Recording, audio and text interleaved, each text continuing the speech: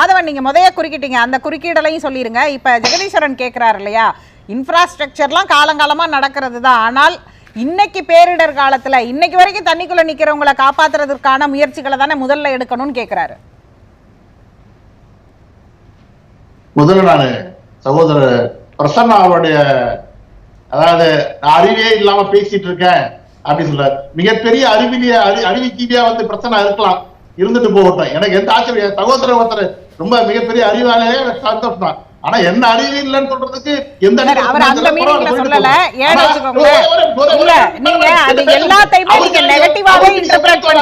அவருக்கு நீங்க வக்காலத்து மேடம், அவருக்கு நீங்க வக்காலத்து வாங்க விஷயம் இருக்குது சார். நான் அவருக்கு வக்காலத்து வாங்கணும்னு அவசியம் இல்ல, வக்காலத்து வாங்கணும்னு எனக்கு அவசியம் இல்ல. அவங்கள நான் வந்து கண்டிக்காத மாதிரியே நீங்க ட்ரீட் பண்றீங்க. அவர் அறிவு இல்லன்னு உங்களுக்கு எந்த இடத்துல சார் சொன்னாரு சொல்லுங்க மேடம். ரீப்ளே பண்ணி பாருங்க, ரீப்ளே பண்ணி பாருங்க. நீங்க அவங்க வக்காலத்து சரி மேடம் என்ன பேச விடுங்க. அவர் சொன்ன விஷயம் வந்து பாத்தீங்கன்னா குறிப்பா அந்த மெட்ரோ ரயில்ல நிதி ஒதுக்கீடு பத்தி சொல்லிட்டு இருந்தாரு. மிக தெளிவாக இவரு டாக்டர் ராமதாஸ் அவர்கள் வெளியிட்டிருக்கிற அறிக்கை இந்த கையில வச்சிருக்காங்க. அந்த அறிக்கையில ராமதாஸ் குறிப்பிட்டிருக்க, ஏன்னா எனக்கு திடீர்னு எனக்கு புள்ளிவரை கிடைக்கல பேசுறதுக்கு, அதை வச்சு சொல்றாங்க.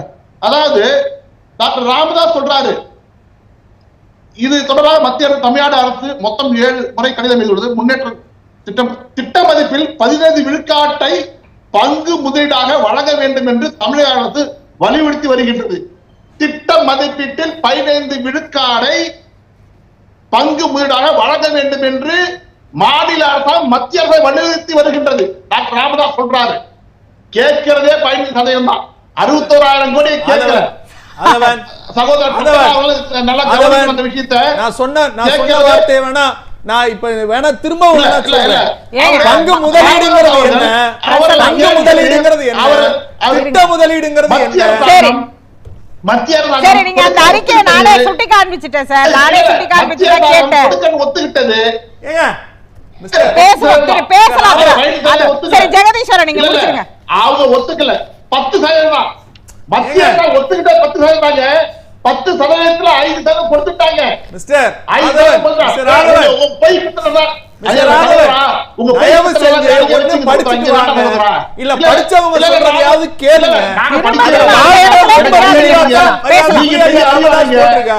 என்ன பண்றீங்க?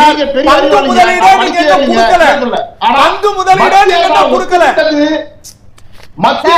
சார் நீங்க திரும்ப அந்த அறிக்கையை மிஸ்இன்டர்பிரட் பண்றீங்க சார், மிஸ்லீட் பண்றீங்க நீங்க. அந்த அறிக்கையை மிஸ்லீட் பண்ணாதீங்க. அந்த அறிக்கையில I am not misinterpreting. அவர் பிரச்சனை தான் மிஸ்இன்டர்பிரட் பண்றாங்க. அதான் ஒரு விஷயம் சொல்றேன் கேளுங்க.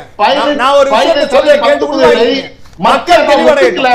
அதான் நான் சொல்றதை கேளுங்க. முதலீட்டு தொகை 15%. நான் சொல்லி முடிச்சதா இல்லங்க, இல்ல நீங்க தவறா சொல்றீங்க. பங்கு முதலீட்டு தொகை அப்படின்னா நீங்க ஒரு ப்ராஜெக்ட்